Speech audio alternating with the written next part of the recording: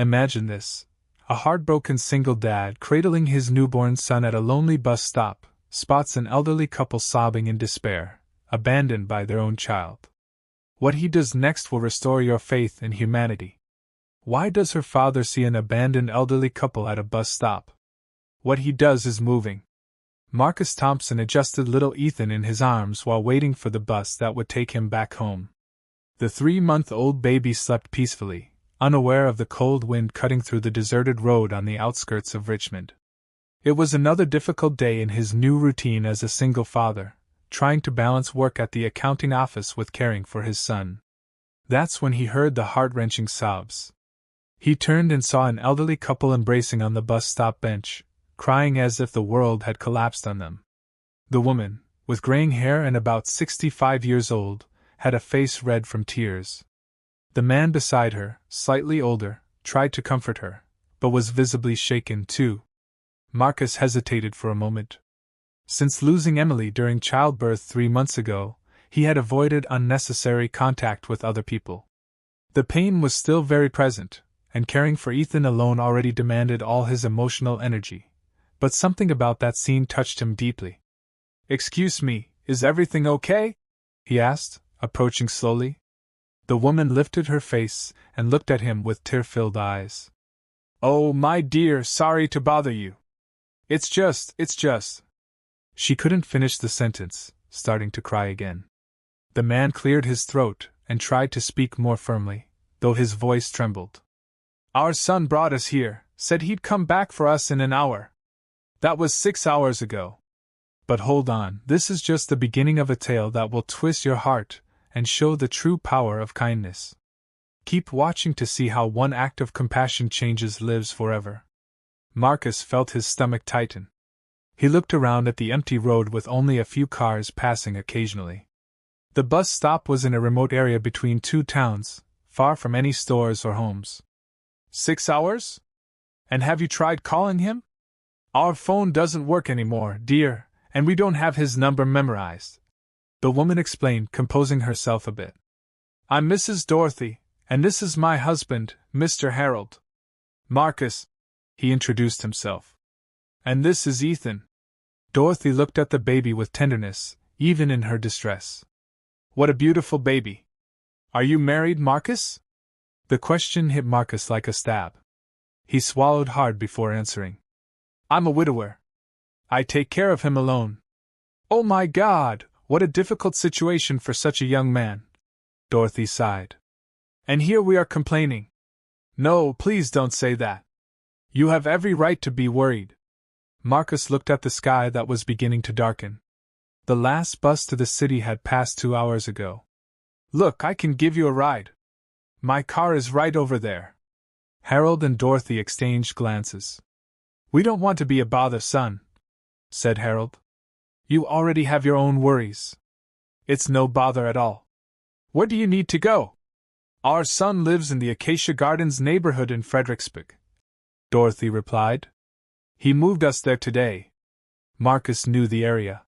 It was more than 25 miles away, and from what he knew, it was a neighborhood of simple but tidy houses. "That's fine. I can take you there, shall we?" While walking to the car, Marcus noticed that the 2 elderly people were carrying only one small suitcase each and some old plastic bags. For a move, it seemed very little.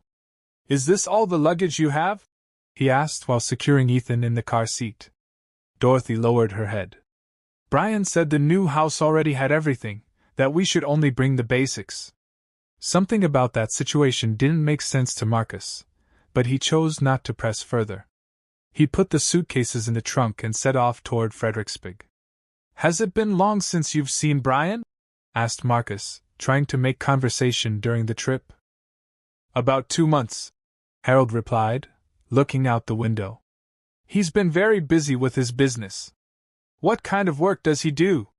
"He's in sales, that kind of thing," Dorothy answered vaguely. "We never really understood it." Well, Ethan started crying in the back seat, and Dorothy immediately offered to soothe him. "May I try rocking him?" "Of course, Mrs. Dorothy." She picked up the baby with the care of someone experienced in child rearing. Ethan stopped crying almost immediately, as if sensing the security of those practiced arms. "You have such a wonderful way with babies," commented Marcus, watching through the rearview mirror. "I had 4 children. Brian is the youngest," she said affectionately, gently rocking Ethan. "The other 3 live far away, one in New York, another in Pennsylvania, and the oldest in Los Angeles, and they never considered living near any of the others." An awkward silence filled the car. Harold cleared his throat before answering. "Brian was the one who offered, said he was doing well in life, and wanted to give us comfort in our old age." Marcus sensed there was more to the story, but respected the elderly couple's silence. After 20 more minutes of travel, they arrived at the Acacia Gardens neighborhood. "Do you know the exact address?" "Flower Street," said Dorothy. "Number?" "Oh, Harold. What was it again?" "I forgot, Dorothy. Brian said it was easy to find, that it was the blue house on the street." Marcus drove around the entire neighborhood twice. There were 3 blue houses on Flower Street, but at none of them did anyone know Brian or expect a visit from an elderly couple. "Are you sure it's in this neighborhood?" asked Marcus, now worried. "That's what he said." Dorothy began to get nervous again. "Acacia Gardens, Flower Street." Marcus stopped the car and thought for a moment. It was almost 9 at night. Ethan was hungry and needed changing, and the 2 elderly people were visibly shaken. "Look, how about you come to my house tonight? Tomorrow morning, we'll try to contact Brian and sort this out." "Oh, we can't impose like that," protested Harold. "It's no trouble. I live alone with Ethan, and honestly, you might even help me. I'm still learning to take care of him by myself." Dorothy looked at the baby in her arms and then at her husband. It was clear they didn't have many options. "If you're sure, it won't be a problem." "I'm sure." Marcus's house was in a middle-class neighborhood in Richmond, a simple 3-bedroom home he had bought with Emily when they found out about the pregnancy. Upon entering, the elderly couple was impressed by the organization and cleanliness of the place. "You take very good care of the house," praised Dorothy. "My mother-in-law helps me during the day. She comes in the morning and stays until I get back from work." Marcus prepared the guest room for the elderly couple, and went to warm Ethan's bottle. Meanwhile, Dorothy looked around the living room, noticing photos of Marcus with a beautiful, smiling woman. "She was so young," she commented softly. 26, Marcus replied, trying to keep his voice steady. "Complications during childbirth." "I'm sorry, son." "Thank you." After Ethan fell asleep and the elderly couple settled in their room, Marcus was alone in the living room thinking about the situation. Something was very strange about their son's story. What kind of person leaves their elderly parents waiting on a deserted road for 6 hours? Dear listener, if you're enjoying the story, please take a moment to like and especially subscribe to the channel. It really helps us who are just starting out. Now continuing. The next morning, Marcus woke to the sound of pots in the kitchen. He went down with Ethan in his arms and found Dorothy preparing coffee and making tapioca. "Good morning, my son. I hope you don't mind. I couldn't stay idle." "Not at all, Mrs. Dorothy. It's been a while since I've smelled homemade coffee in the morning." Harold came down shortly after, already dressed and groomed. "Good morning, Marcus. We slept like kings. Thank you so much for your hospitality. How are you feeling today?" "Better," replied Dorothy, pouring the coffee. "Harold had the idea for us to try to remember better the things Brian said yesterday." "And did you manage to remember anything else?" "He said the house was near a little market," said Harold, "and that there was an elementary school on the same street. I'll try to search on the computer later. Maybe we'll find some clue." During breakfast, Dorothy told more about their life. They had lived for 30 years in their own small house in downtown Richmond, which Harold had bought with his work as a carpenter. It was a simple house, but it was theirs. "Why did you decide to move?" asked Marcus. The two exchanged glances again, and Marcus realized there was more to this story. "Brian said our house was too old, that it wasn't safe for us to live in," explained Dorothy. "And he needed money for an investment that was going to make us rich." An alarm went off in Marcus's mind. Did he ask to borrow money? Not borrowed, said Harold, shifting uncomfortably in his chair. He bought our house. Bought it for $200,000, continued Harold. He said it was a good price and that with the investment he would give us back $300,000 in 6 months. Marcus almost choked on his coffee. He knew the real estate market in the area, and a home in downtown Richmond, even a simple one, was worth at least $400,000. Did you transfer the documentation? We did everything properly, said Dorothy. Brian took us to the notary's office, signed the papers. He said now we wouldn't have to worry about property tax, maintenance, those things. And where are your documents now? With Brian, he said he would need them to do the paperwork for the new house. Marcus felt his blood run cold. All signs pointed to a situation he didn't want to believe. Do you have the phone number of any of your other children? We have Regina as our oldest daughter, said Dorothy. How about we call her? Maybe she knows something. Harold shook his head negatively. We don't want to worry her. And besides, Brian asked us not to talk about the investment with anyone for now.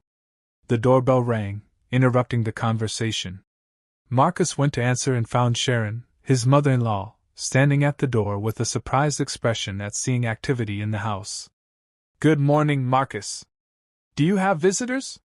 Good morning, Sharon. It's a long story. These are Mr. Harold and Mrs. Dorothy. They needed to stay here last night. Sharon entered the house looking suspiciously at the elderly couple.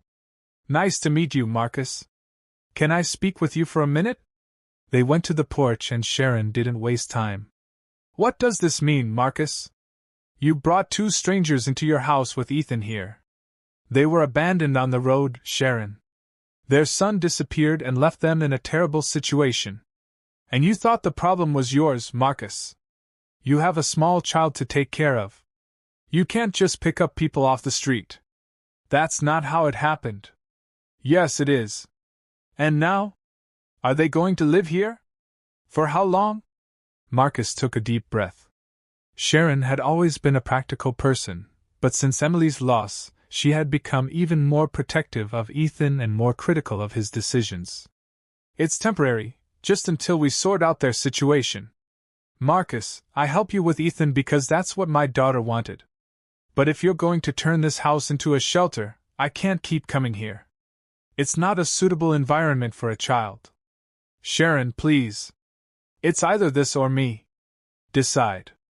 And with that ultimatum, she left the house, leaving Marcus alone on the porch.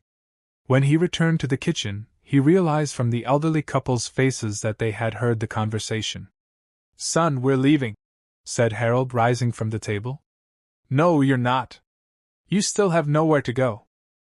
We can't cause problems between you and your mother-in-law, insisted Dorothy. She's right. You have Ethan to think about. I'm the one who decides what's best for Ethan, and for now you stay here. Marcus picked up the laptop and began researching the Acacia Gardens neighborhood more thoroughly. He looked for elementary schools, small markets, any reference that could help. After an hour of searching, he found a public school on Flower Street that had a small market 2 blocks away. Let's take another drive over there, he suggested. This time Marcus stopped at the school and asked the principal if she knew of any Brian who had recently moved to the area. The answer was no. At the small market, the owner had also never heard of Brian. Are there any houses on the street that have been for rent or sale lately? Asked Marcus. Yes, there is. The house at number 45 has been up for rent for 2 months. The owner lives in New York and can't find a good tenant. They went to number 45. It was a small house with an unkempt garden and a neglected appearance. Definitely no one was living there. On the way back home, Dorothy started crying again. I knew something was wrong. Brian has been acting very strange these past few weeks. Strange how? Nervous. Always checking his phone, leaving the house at all hours, explained Harold. And lying about where he was going. Did you suspect anything? We did, but we wanted to believe everything was okay, admitted Dorothy. He's our son, right? You always want to believe the best. When they got home, Marcus made a decision. I'm going to call my attorney. I need to understand this situation with the sale of your house better. We don't want to cause any trouble. It's no trouble. It's what any decent person would do. Marcus's attorney, Attorney David, got straight to the point when he heard the story. Marcus, this has all the signs of a scam. Elderly parents, property sold below market value, a son who disappears. It's a pattern I unfortunately see a lot. What can be done? First, we need to verify if the sale documentation is valid. Second, we try to locate this Brian. Third, if the scam is confirmed, we file a lawsuit for fraud and try to reverse the sale. How much will this cost for people in their situation? I'll do it pro bono. I won't charge anything. Marcus felt immense relief. At least there was a legal path to try to help them. That night, after Ethan fell asleep, he sat on the porch with the elderly couple to talk. Attorney David is going to help us.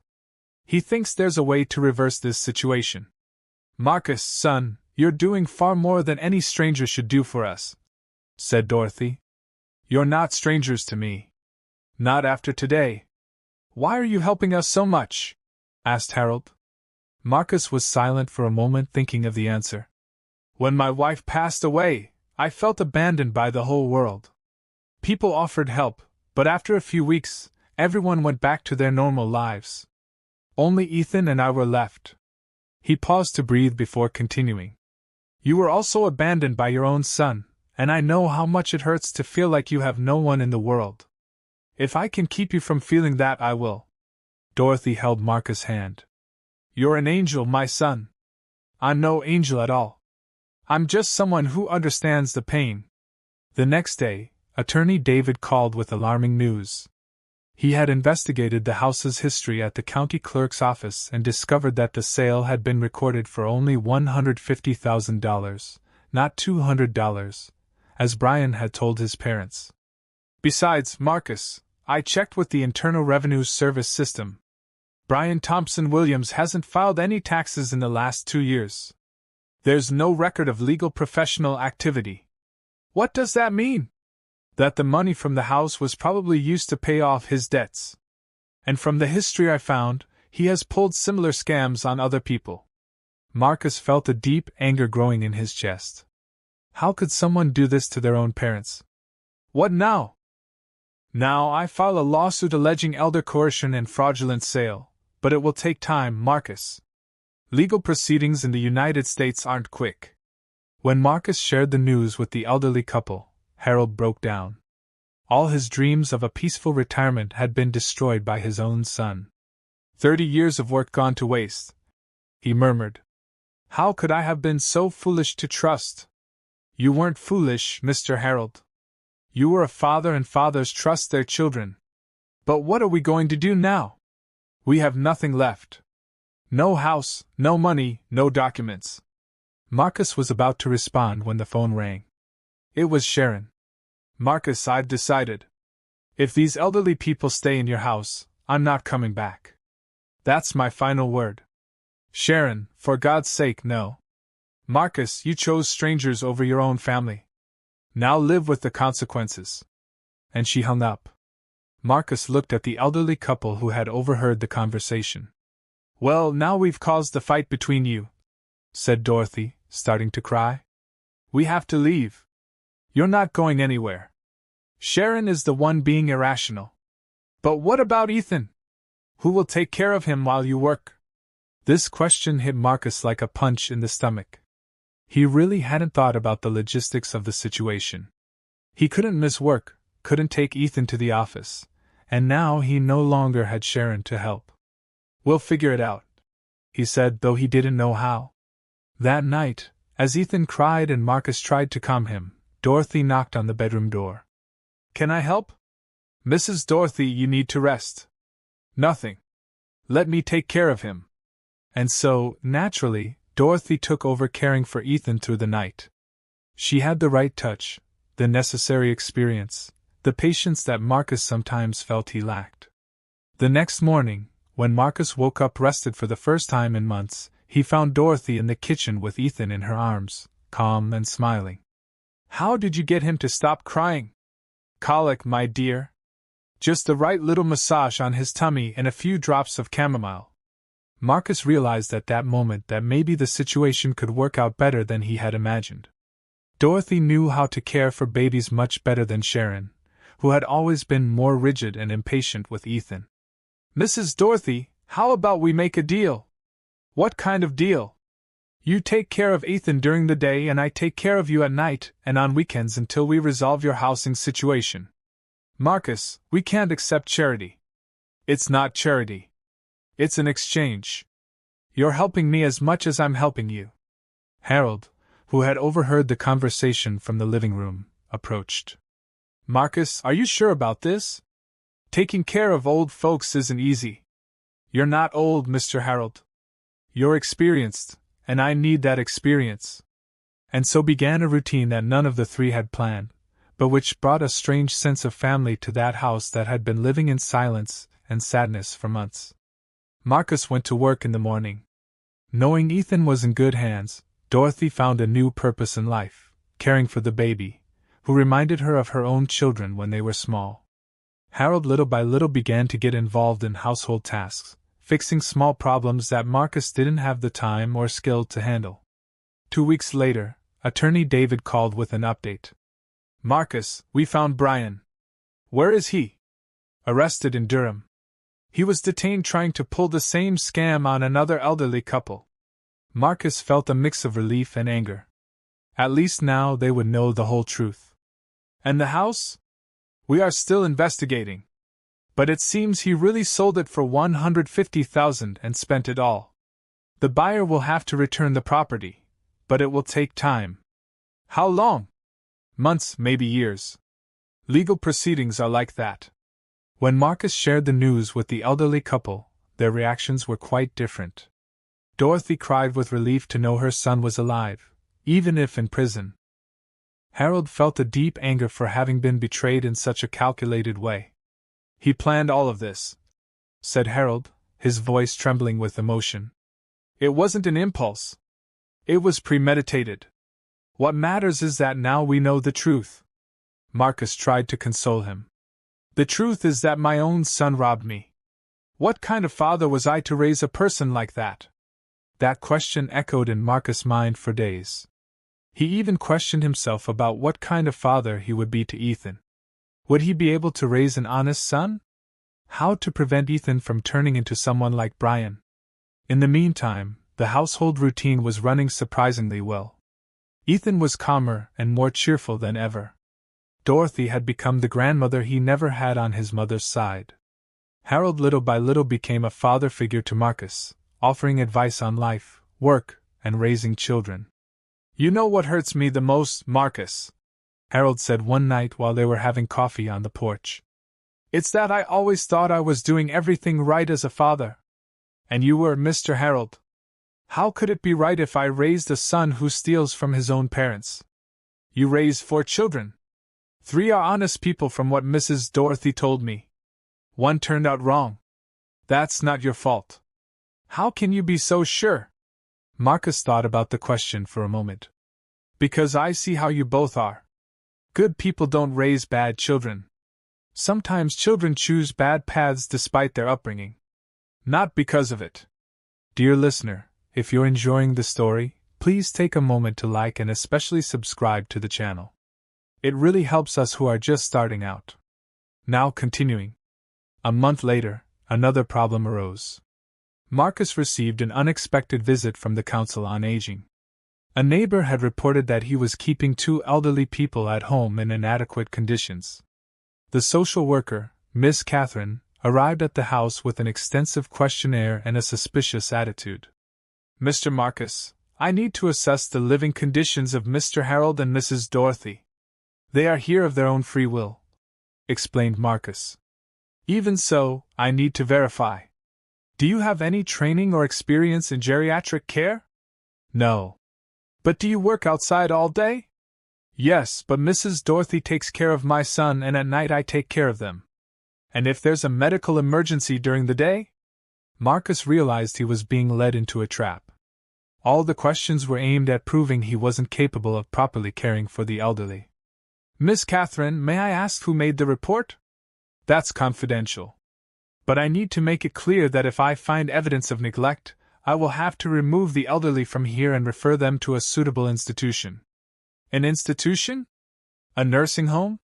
A shelter for elderly people in vulnerable situations. That night, Marcus couldn't sleep. The idea of being separated from Harold and Dorothy now seemed unbearable to him. They had become his family. Worried about something, son? Asked Dorothy, who had noticed his tension. The social worker might take you to a nursing home. And do you think we want to stay there? It's not about what you want. It's about what she decides is best. Marcus, we've lived 70 years in this life. We've learned to manage. If needed, we'll find a way out. But Marcus didn't want them to have to find a way out. He wanted them to stay there in that house that had finally come back to life. The next day, Attorney David called with a proposal. Marcus, how about we make this official? How so? Legal guardianship. You legally assume responsibility for their care. With that, the Council on Aging can no longer interfere. Is that possible? Yes. But it's a big responsibility. Any health issues, anything that happens to them will be your legal and financial responsibility. Marcus didn't hesitate for a second. I want to do it. When he explained the proposal to the elderly couple, Harold was moved. Son, are you sure about this? It's a huge responsibility. I'm absolutely sure. But what if we get sick?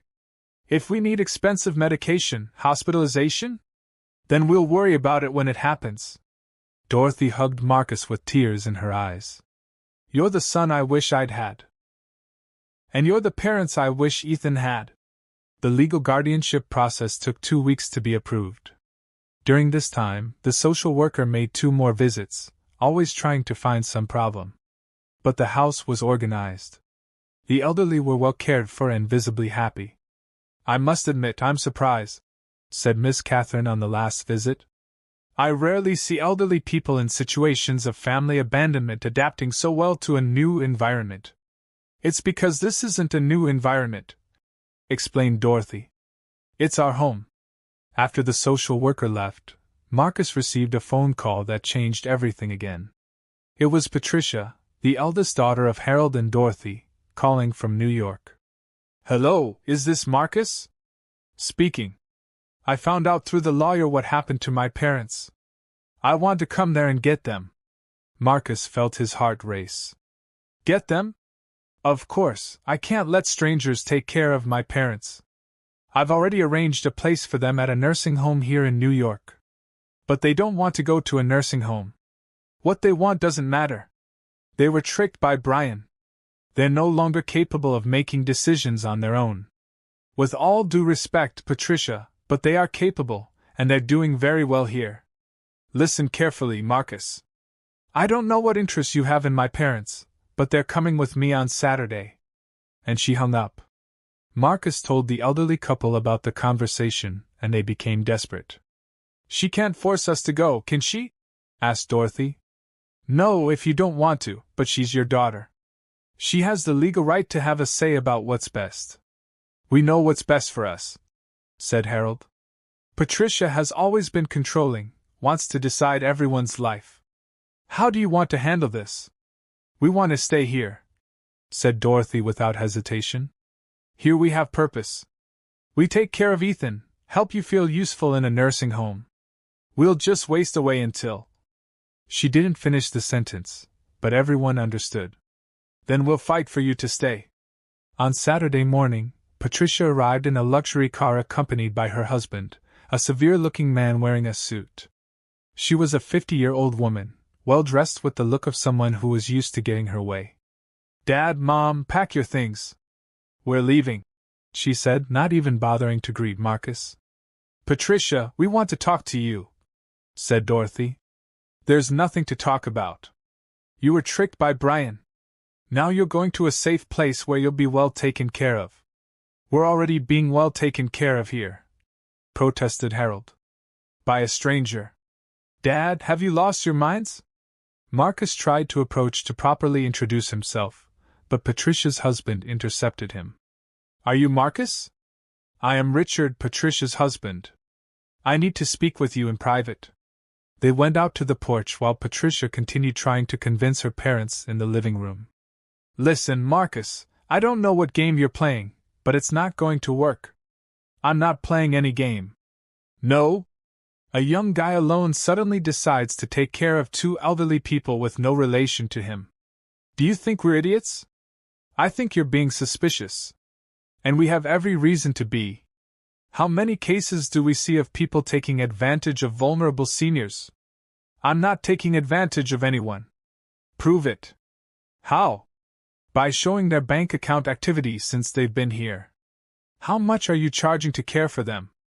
Marcus was outraged. I'm not charging anything. On the contrary, I'm spending my own money on them. Then you're either an idiot or a saint, and I don't believe in either. The conversation on the porch was interrupted when they heard shouts coming from the living room. Patricia was physically trying to drag Dorothy out of the house. Mom, stop it. You have no choice. Patricia, let go of your mother, shouted Harold. Dad, you too. Let's go now. Marcus entered the room and saw Dorothy crying, being pulled by her daughter. Patricia, stop this. Your mother said she doesn't want to go. And you have nothing to do with this, stranger? Yes, I do. I have legal guardianship of them. Patricia stopped pulling her mother and looked at Marcus in disbelief. Legal guardianship? That's ridiculous. It's official, approved by the court. Richard approached threateningly. This will be contested in court. You took advantage of vulnerable seniors to get this guardianship. Do whatever you want, but today they're not leaving here against their will. The argument continued for another hour, but in the end, Patricia and Richard left alone, promising to return with a court order.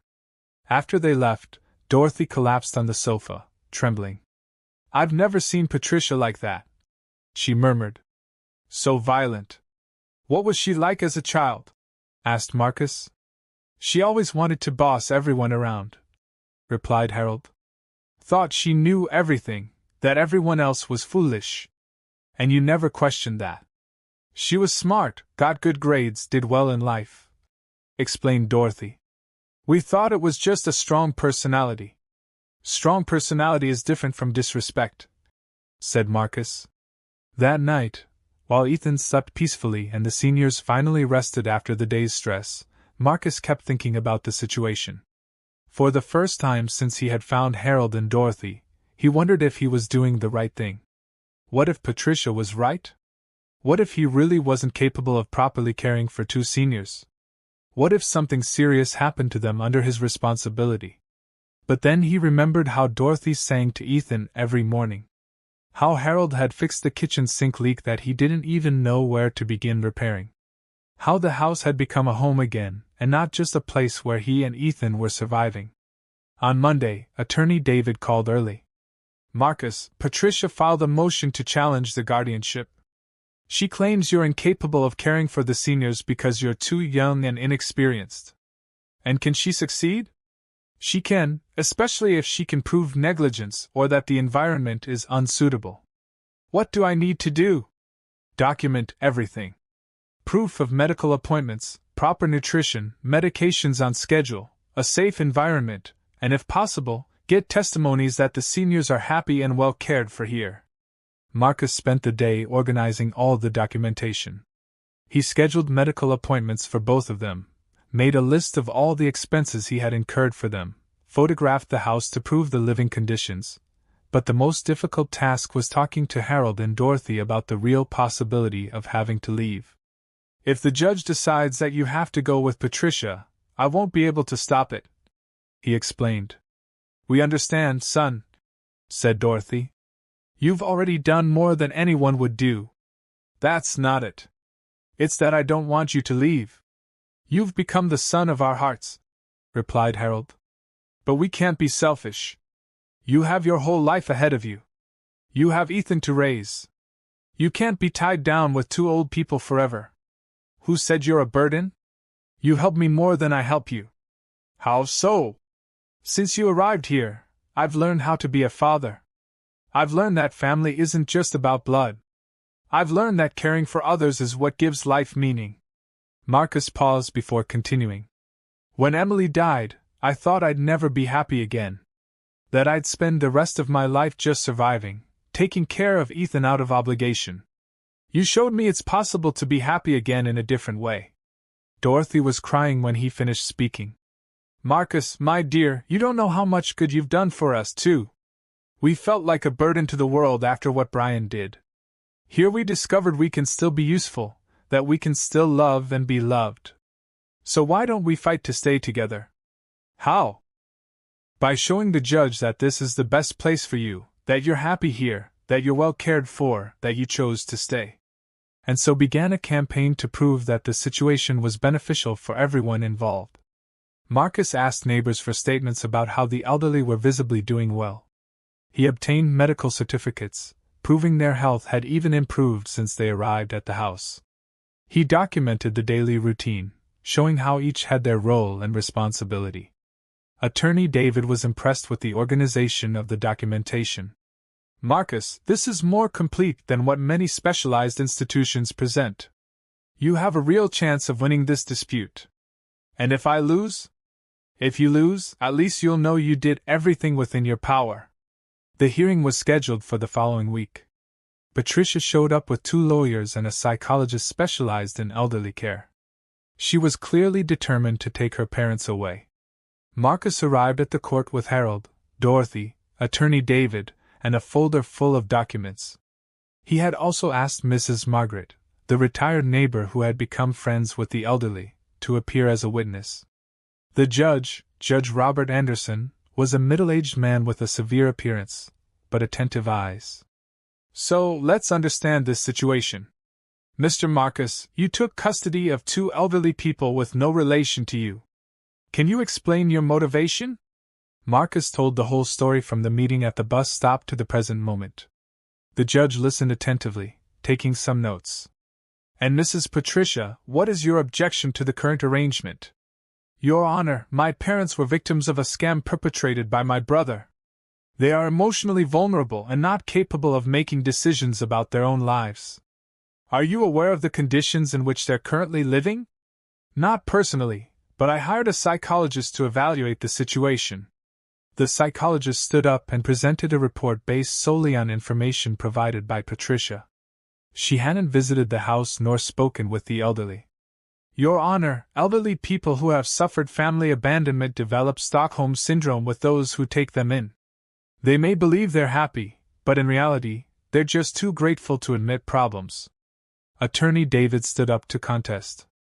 Your Honor, I request this report be disregarded since the professional never had direct contact with the elderly, nor knows the actual conditions in which they live.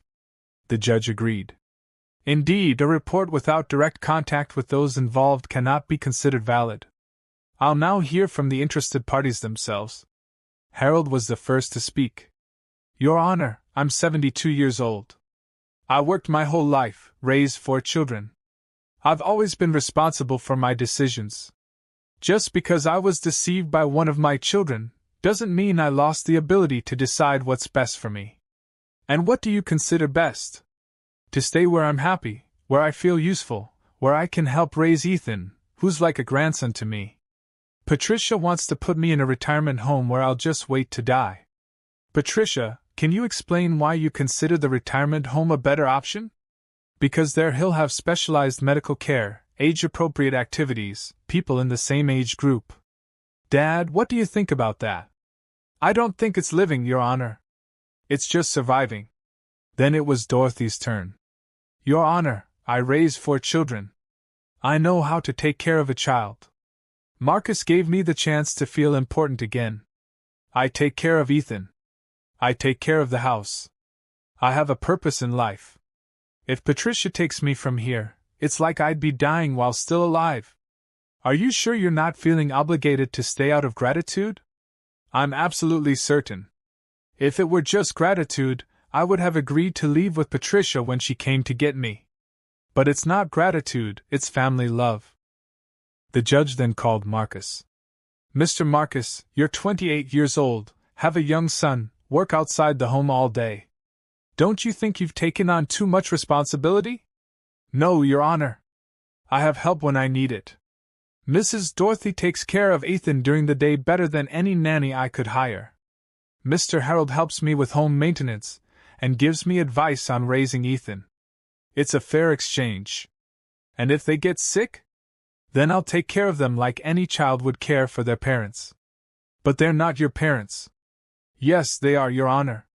Family isn't just blood. It's love, care, respect, and we have plenty of that. Finally, the judge heard Mrs. Margaret, who reported how she had seen the transformation of the house since the elderly arrived. Your Honor, that house was sad, silent. Now it has life. It has joy, and the elderly are happy, cared for, useful. I've never seen a family arrangement work so well. After hearing all the testimonies, the judge called for a recess to review the documentation presented by Marcus. When he returned, his decision was clear. Reviewing all the elements presented, it's evident that the elderly are in full possession of their mental faculties and have the right to decide where they want to live. Furthermore, the documentation proves they're receiving adequate care and living in an environment conducive to their well-being. Patricia tried to protest, but the judge interrupted her. Ms. Patricia, I understand your concern for your parents' well-being, but concern can't turn into imposition. Your parents made a conscious and well-founded choice. The decision was upheld. Harold and Dorothy would remain under Marcus' guardianship. When they left the courthouse, Patricia made one last attempt to convince her parents. Dad, Mom, are you sure about this? I can offer much more comfort, financial security. Patricia, dear, comfort isn't just about money, Dorothy said affectionately. It's about feeling loved, being useful, having purpose. We have that here. And financial security. If you get sick? Then we'll face it together as a family, Marcus replied. The way it should be. Patricia left visibly upset, but in the end hugged her parents and promised to visit them regularly.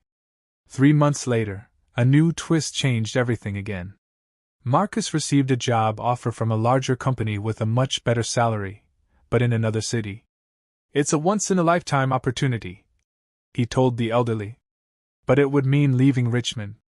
And would you come with us? Dorothy asked. If you wanted to. But it would mean starting all over in a strange city. Harold thought for a moment. Marcus, you have to think about Ethan's future. This opportunity could change your lives. But what about you? We'll adapt. We've adapted to worse things. The move to Charlotte was less traumatic than Marcus had imagined. The city was larger than Richmond, but had a similar atmosphere. They found a house in a peaceful neighborhood with a big backyard where Ethan could play. The new routine settled in quickly.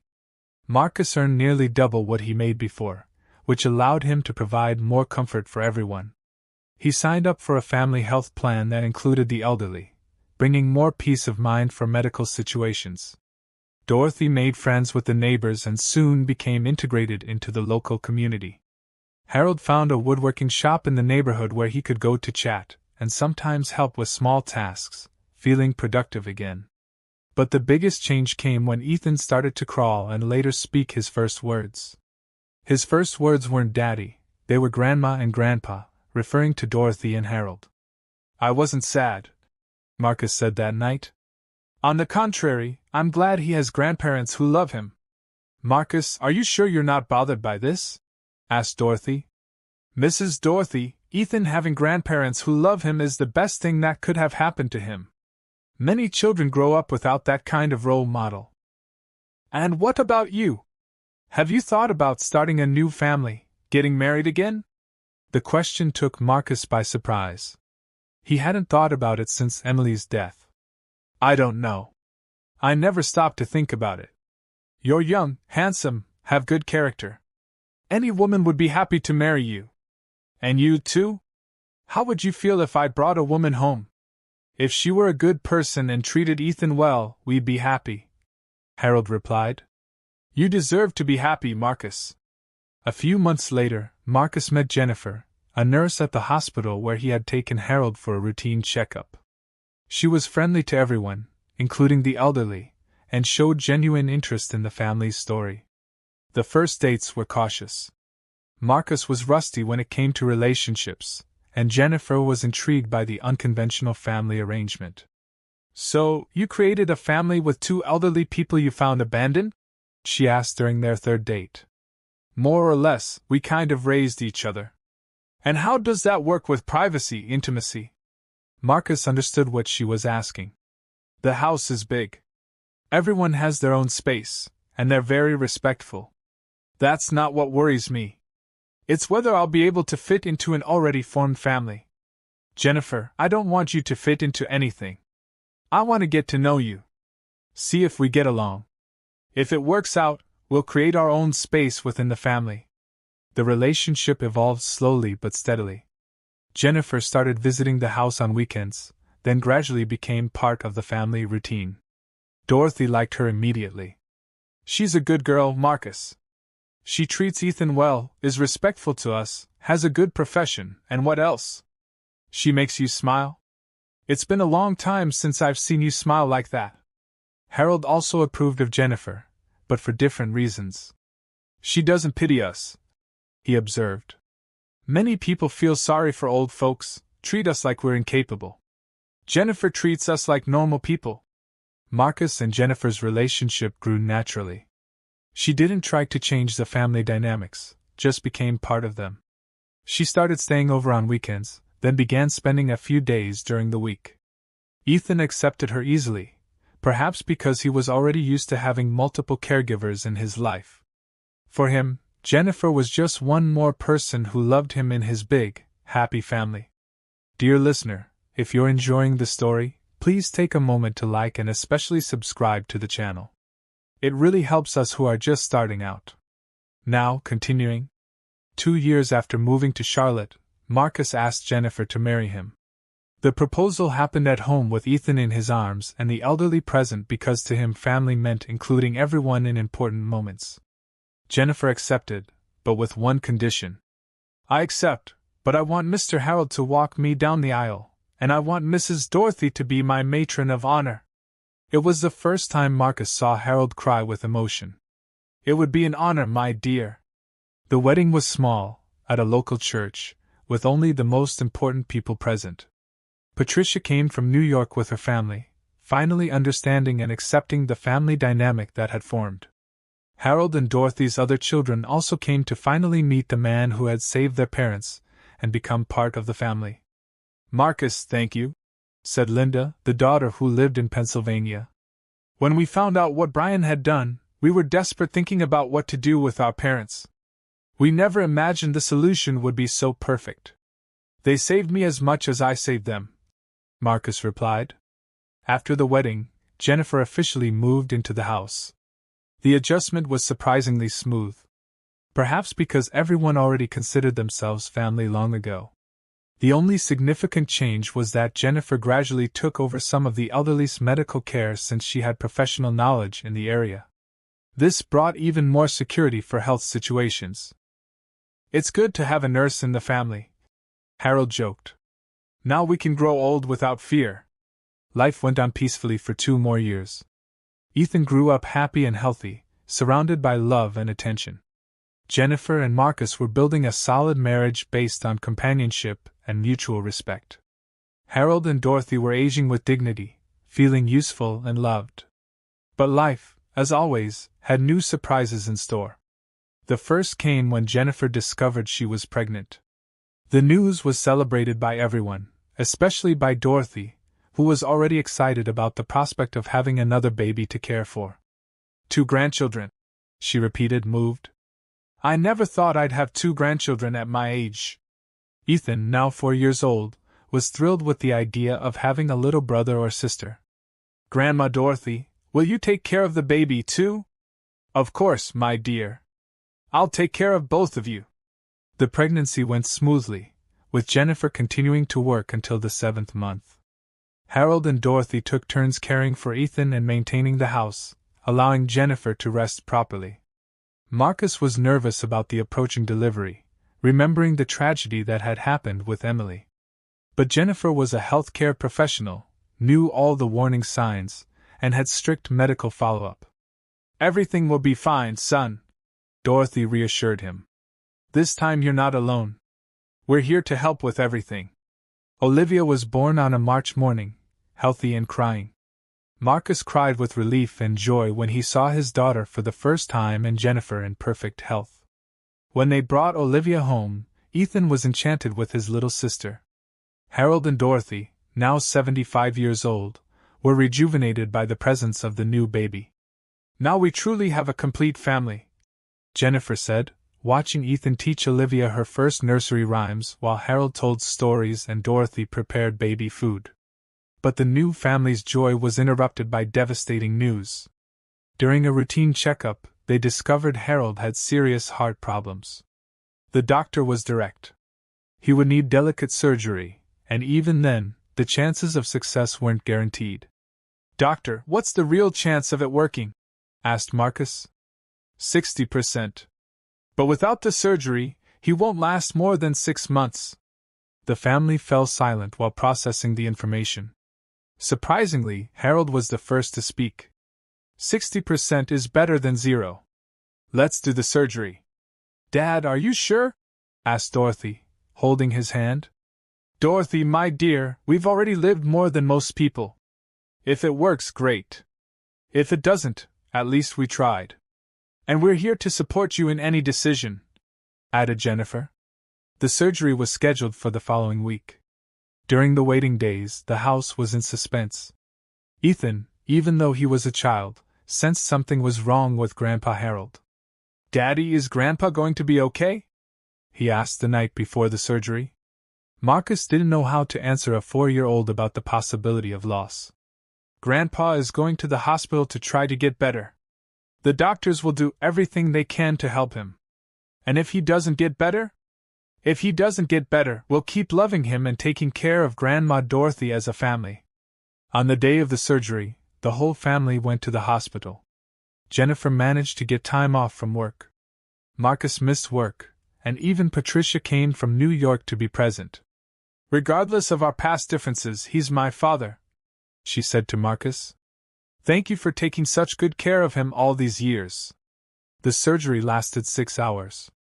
They were the longest 6 hours Marcus had ever lived through. Dorothy stayed silent most of the time, holding Olivia in her lap and praying softly. Ethan grew impatient and worried, not understanding why they had to wait so long at the hospital. "Grandma Dorothy, why is Grandpa taking so long?" "Because the doctors are fixing his heart, my dear. It has to be done very carefully." When the doctor finally came out of surgery, everyone automatically stood up. "The surgery was successful," he said, and the whole room breathed a sigh of relief. "But he'll need intensive care for a few days and then a long recovery period." Harold spent a week in the ICU, during which Dorothy practically lived at the hospital. Jennifer and Marcus took turns staying with her and taking care of the children at home. When he finally woke up, his first words were, "Where's my family?" "We're here, Dad," said Dorothy, holding his hand.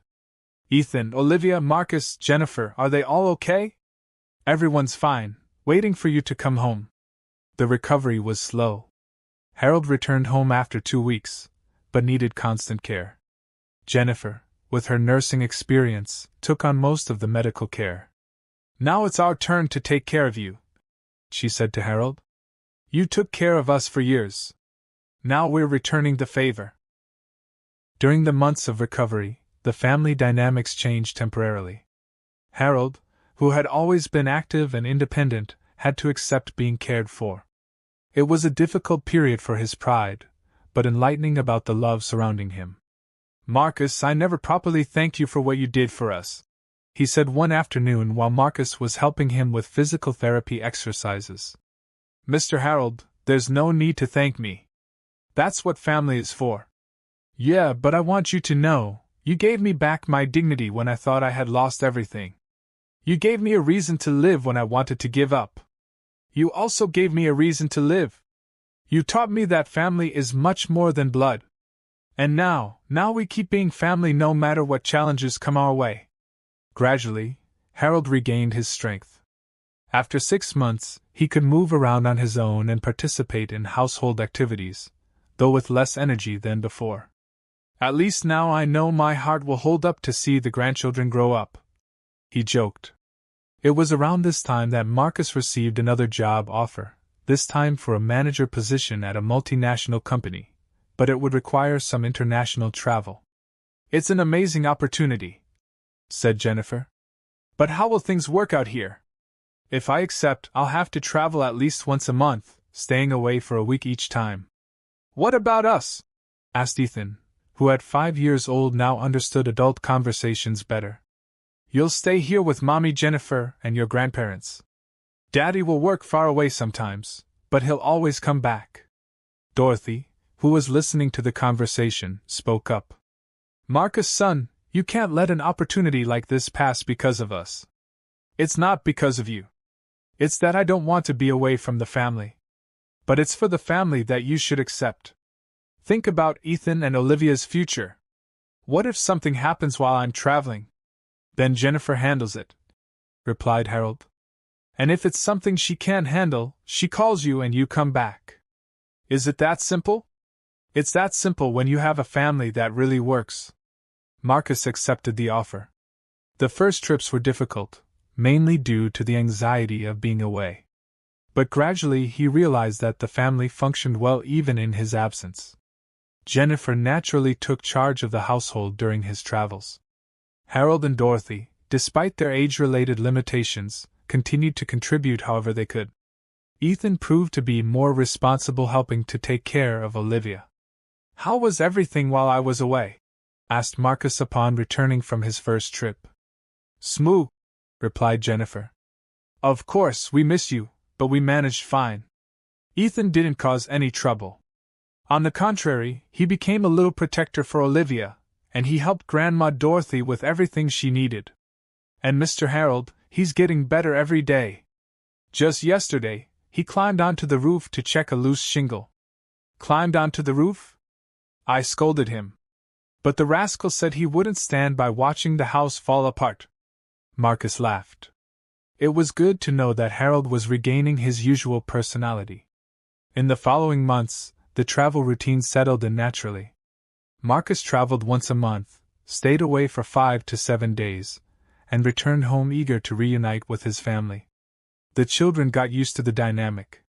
Ethan developed the habit of telling his father everything that had happened during his absence, like a little family report. Daddy, Olivia can say water now. And Grandpa Harold taught me how to use a screwdriver. And Grandma Dorothy made chocolate cake 3 times. 3 times? Why?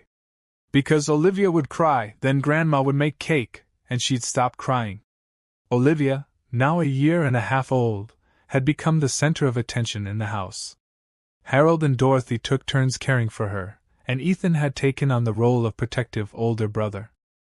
She's the little princess of the family, observed Jennifer. Everyone gives in to her wishes. Is that bad for the child? Worried Marcus.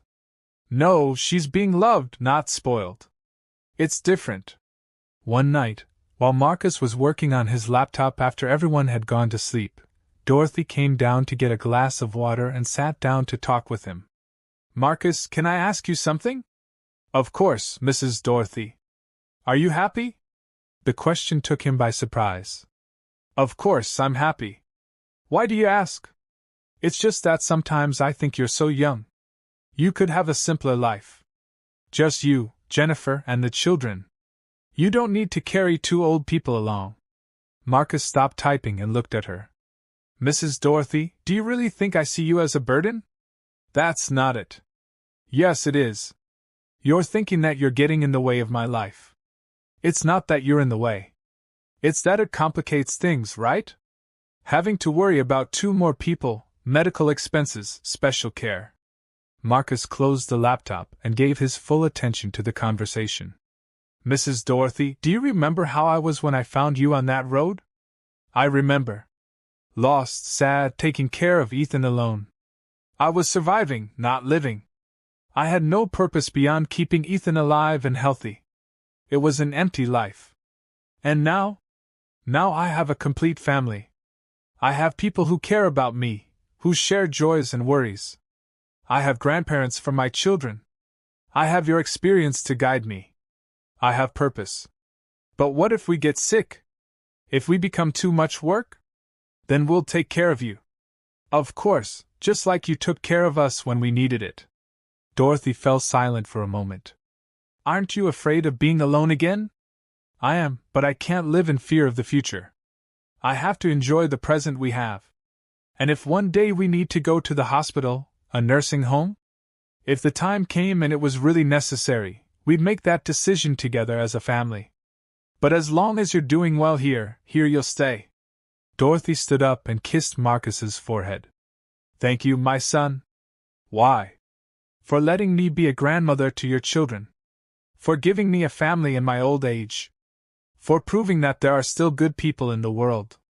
The following month, the family experienced a situation that tested their unity once again. Ethan, now 6 years old, started asking questions about his family history. Daddy, why don't I have a real grandma? What do you mean, Ethan? You have Grandma Dorothy? But she's not Mommy Emily's mom, right? Marcus realized it was time to have a deeper conversation about their family structure. Ethan, come here. Let's talk about our family. They sat on the couch and Marcus carefully explained how he had met Harold and Dorothy, how they became family, how Jennifer joined them. So, Grandma Dorothy and Grandpa Harold chose to be part of our family? Asked Ethan. That's right, and we chose them, too. And is that better than a real family? Ethan, a real family is exactly that. People who choose each other, who love each other, who take care of each other.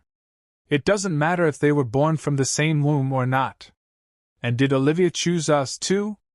Marcus laughed.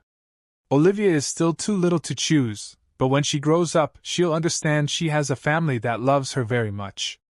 Can I explain it to her when she gets bigger? Of course you can. You're the big brother. It's your responsibility to teach her important things. This conversation marked a shift in Ethan's maturity. He began to feel responsible not only for Olivia but for the whole family. He started helping more with household chores and showing special affection for his grandparents. Grandpa Harold, are you going to teach Olivia how to make little wooden houses like you taught me?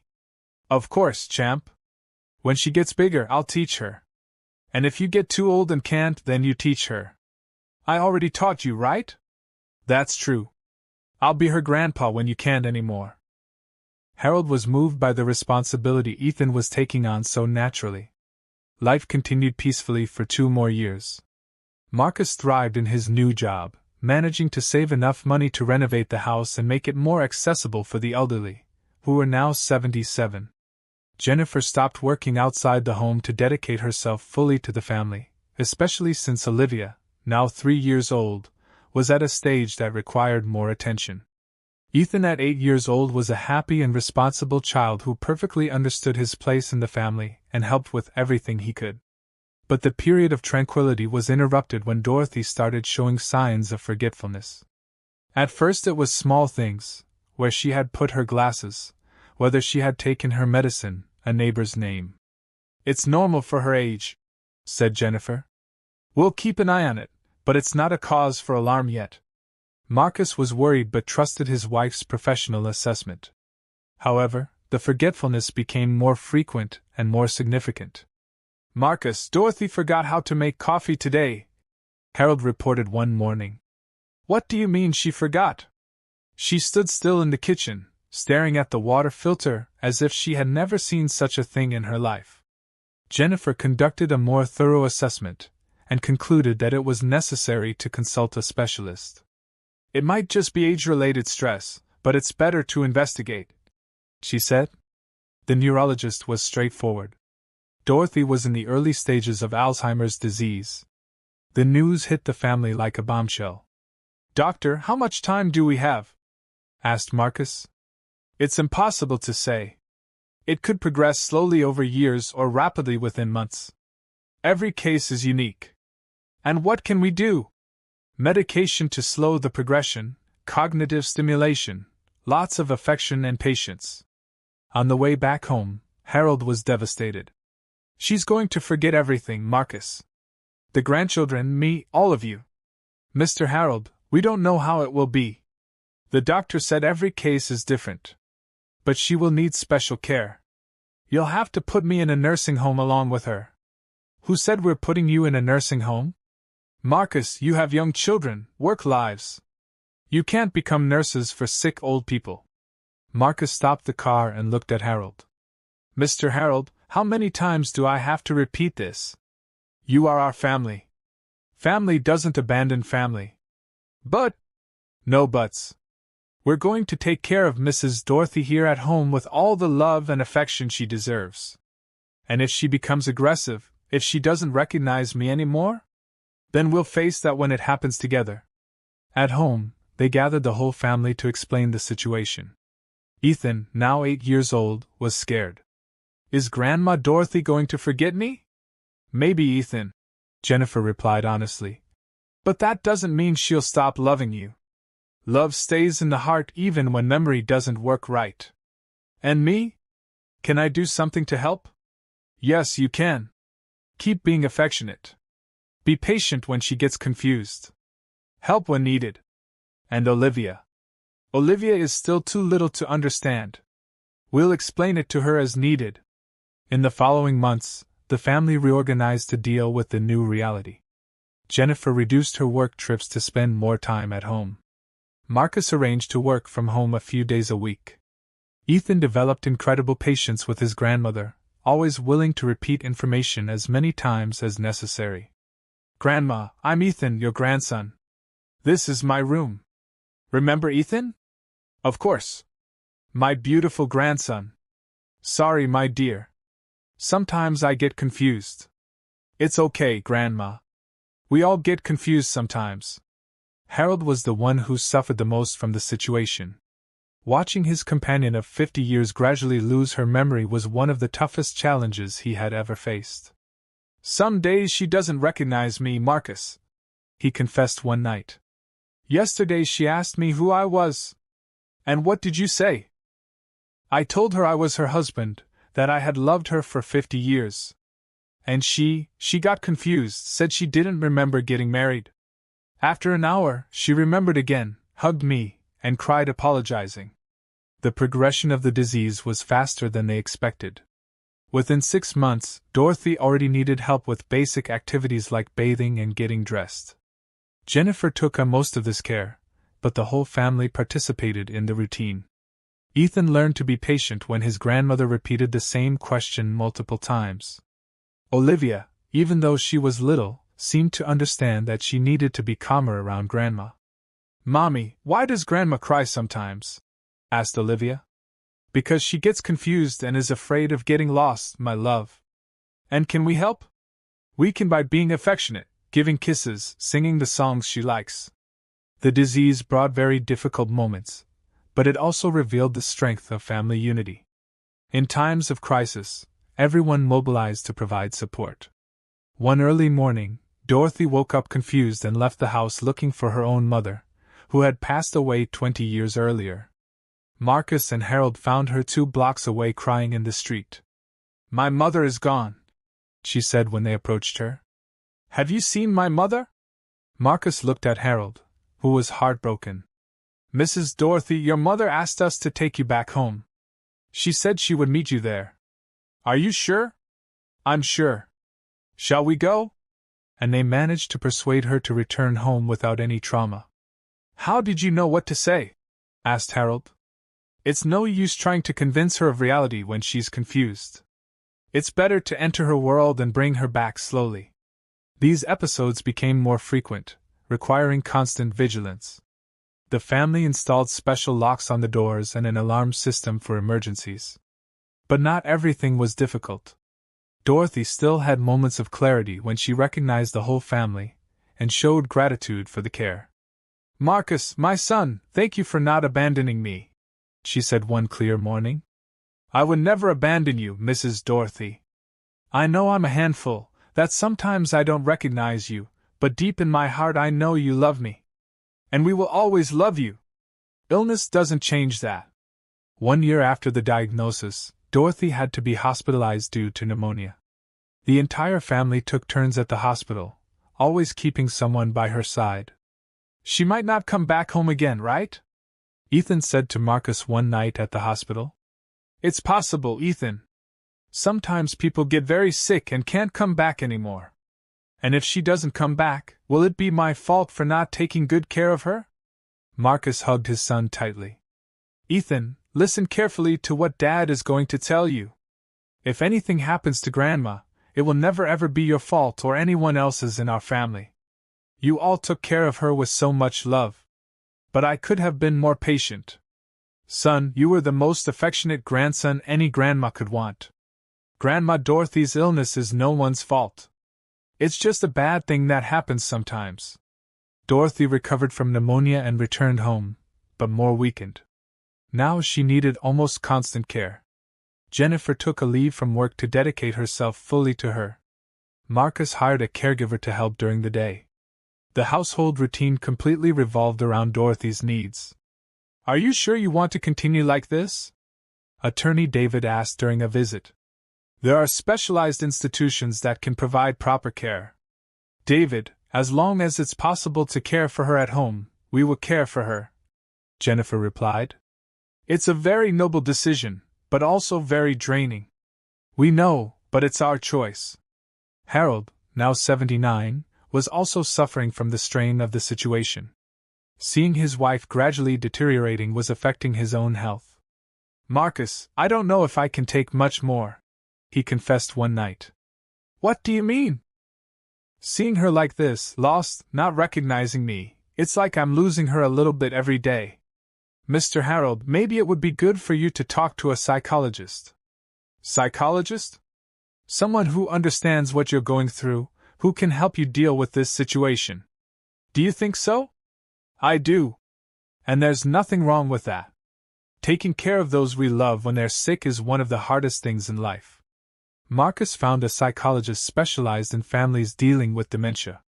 The sessions helped Harold understand that his feelings of frustration and sadness were normal. The doctor told me something interesting, Harold commented after a session. He said that taking care of Dorothy is the last way to show love for her. That's true. And that even when she doesn't recognize me anymore, some part of her still feels that she is safe and loved. That sounds very true. The family continued caring for Dorothy at home for another year and a half. There were times of great strain, but also of much unity and love. Ethan, now 10 years old, had become a responsible preteen who never complained about the limitations his grandmother's illness imposed on the family. Olivia, at 5, naturally accepted that Grandma needed special care. Daddy, Grandma recognized me today, Olivia shared one afternoon. Really? She called me her little granddaughter and gave me a kiss. That's wonderful, sweetie. It means that in her heart she always remembers you. But there came a day when Dorothy could no longer recognize any family member. She spent her days confused, sometimes agitated, other times apathetic. I think the time has come, Jennifer said to Marcus one evening. Time for what? To place her in a specialized facility.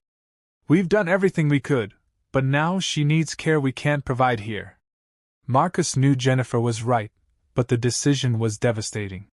How are we going to tell Mr. Harold? We'll talk to him. Explain that it's not abandonment, it's care. The conversation with Harold was one of the most difficult Marcus had ever had. Mr. Harold, Jennifer thinks Mrs. Dorothy needs more specialized care. You want to put her away? It's not confinement. It's a clinic specialized in dementia. A place where she'll have doctors and nurses 24/7. And me? You'll stay here with us, of course, and visit her every day. Harold remained silent for a long time. I always promised I'd take care of her until the end. And you did, Mr. Harold, more than any husband would. But now she needs things we don't know how to do. Do you really think it's for the best? We do, and you can go there as often as you like. You can even sleep over sometimes if you want. Dorothy's move to the specialized clinic was traumatic for the whole family, even knowing it was the right decision. Everyone felt as if they were abandoning her. Ethan cried the day they took his grandmother. Will she miss us? We don't know, Ethan, Jennifer answered honestly. But we'll miss her, and that's why we'll visit her often. Harold visited Dorothy every day. Even when she didn't recognize him, he stayed by her side, talking, reading the newspaper, singing songs she liked. How is she today? Marcus would ask when Harold returned from his visits. The same, lost, but at least she doesn't seem to be suffering. And you? How are you feeling? Empty, as if a part of me went away with her. The family adapted to the new routine. Visits to the clinic became a weekend family activity. Ethan and Olivia brought drawings to show their grandmother, even knowing she no longer understood. 6 months later, on a winter dawn, Marcus received a call from the clinic. Dorothy had passed away in her sleep without suffering. When he broke the news to the family, Harold collapsed. Even knowing this moment would come, the reality of the loss was devastating. She's gone, Marcus. My companion of 50 years is gone. I'm so sorry, Mr. Harold. How am I going to live without her? We'll help you, Grandpa, Ethan said, hugging the elderly man. You still have us. The wake and funeral brought together the entire extended family. Patricia and the other children came to pay their last respects to their mother. But it was Marcus who gave the main eulogy. Dorothy taught us that family is built with love, not blood. That caring for each other is what gives life meaning. That even in hardships there are always reasons to be thankful. After the burial, Harold fell into a deep depression. He lost his appetite, didn't want to leave his room, showed no interest in anything. I'm worried about him, Jennifer told Marcus. He might have clinical depression. What can we do? Take him to a psychiatrist. Maybe he needs medication along with therapy. The treatment helped, but Harold was never the same again. Dorothy's absence left a void that nothing could completely fill. Ethan, noticing his grandfather's sadness, made a special effort to keep him active. Grandpa, can you teach me how to make that little birdhouse you made last year? I don't know if I still can, my grandson. Of course you can. And that way you teach me, and then I'll teach Olivia. Gradually, through the grandchildren's loving persistence, Harold started to resume some activities, not with the same joy as before, but at least he returned to participating in family life. He'll never fully get over it, observed Jennifer. But at least he's not just surviving anymore. 1 year after Dorothy's death, the family faced another difficult decision. Harold, now 81 years old, began to have mobility issues and occasional forgetfulness. I don't want you all to go through with me what you went through with Dorothy, he said to Marcus. Mr. Harold, every situation is different. But I don't want to become a burden to the family. You're not a burden. You're family. I was thinking maybe it's time for me to go to a retirement home, too. Only if that's what you really want. Not because you feel it's an obligation. Harold thought for several days before making his decision. I want to stay here. I want to see my grandchildren grow up. I want to keep being part of this family. Then stay and we'll keep taking care of each other. In the following years, the family settled into a new dynamic. Ethan became a teenager. Olivia, a smart and caring child. Harold, a beloved elderly man who needed increasing care. Marcus prospered professionally and achieved financial stability that allowed him to provide comfort for everyone. Jennifer went back to working part-time now that the children were older. Looking back, do you regret anything? Jennifer asked Marcus one night while they watched Ethan helping Olivia with her homework and Harold telling her stories. On the contrary, I thank every day for having found them at that bus stop. Even with all the difficulties? Especially because of the difficulties, they showed us what we're capable of when we come together. And if you could change something? Marcus thought for a moment. I wish Mrs. Dorothy had lived longer to see Olivia grow up. I wish Brian hadn't betrayed his parents, but other than that, I wouldn't change a thing. Not even having met someone else who didn't bring so many responsibilities. Jennifer, do you think I'd be the person I am today if I hadn't gone through all this? Probably not. Then no. I like who I've become. I like our family. I like knowing that we're capable of loving beyond blood. In the year Ethan turned 15, the family got a surprise. Brian, the son who had stolen from his parents, was released from prison and showed up at the house's door. "Can I speak with my parents?" he asked when Marcus answered. "Your mother passed away 3 years ago. Your father is here, but I don't know if he wants to talk to you." Brian was visibly shaken by the news of his mother's death. Did she suffer a lot?" "She had dementia. She spent the last years of her life confused, not recognizing anyone." "Because of me?" "The illness wasn't because of you, but the suffering she had before getting sick was." Harold, who had overheard the conversation from the living room, approached slowly. "Hello, Brian. Dad, I'm sorry for everything." "I'm sorry too, son." They stood for a moment looking at each other. 2 generations separated by a betrayal that changed everything. "Can I come in?" asked Brian. Marcus looked at Harold, who nodded positively. In the living room, Brian shared about his years in prison, how he had reflected on his mistakes and the regret he carried. "Dad, I want to make right what I did." "How?" "I got a job at a metalwork factory in Durham. I want to pay back all the money I stole." "Brian, I don't want your money." "But it's rightfully yours." "My son, you did steal the money. But what you stole from me that was most important was trust, and that can't be bought back." Brian hung his head. "I know, but I want to try to earn back your trust if you'll let me." Harold looked at Marcus, then at Ethan and Olivia, who were watching the conversation from the stairs. "You can come here on weekends, but it will take a long time before I can trust you again." "I understand." And so began a long process of reconciliation between father and son. Brian came every Saturday, brought part of his salary for Harold, who always refused it, and tried to make up for the mistakes of the past. Ethan was fascinated to meet the uncle he had never seen. "Uncle Brian, is it true that you stole from my grandpa?" "It's true, Ethan. I did something very wrong." "Why?" "Because I was in a lot of debt, and thought it was easier to take money from my parents than to work for it." "And do you regret it?" "Very much. It was the worst thing I've ever done." Olivia, being younger, accepted her uncle's presence naturally without fully understanding the complexity of the situation. Gradually, Brian became involved in family activities. He helped with small repairs around the house, took Harold to doctor's appointments, and joined in on Sunday lunches. "How do you feel about him being here?" Marcus asked Harold. "Conflicted. Part of me still feels anger for what he did. Another part is happy to see that he's changed." "And which part is winning?" "The father part is winning over the victim part." 2 years later, Brian had become a constant and positive presence in the family. He had returned more than half of the stolen money, even though Harold always tried to refuse, found a serious boyfriend, and demonstrated a genuine change in character. "Marcus, can I ask you something?" Harold said one afternoon. "Of course. When I die, I want you to keep looking after Brian." "What do you mean?" "He's still recovering from what he did. He still needs family.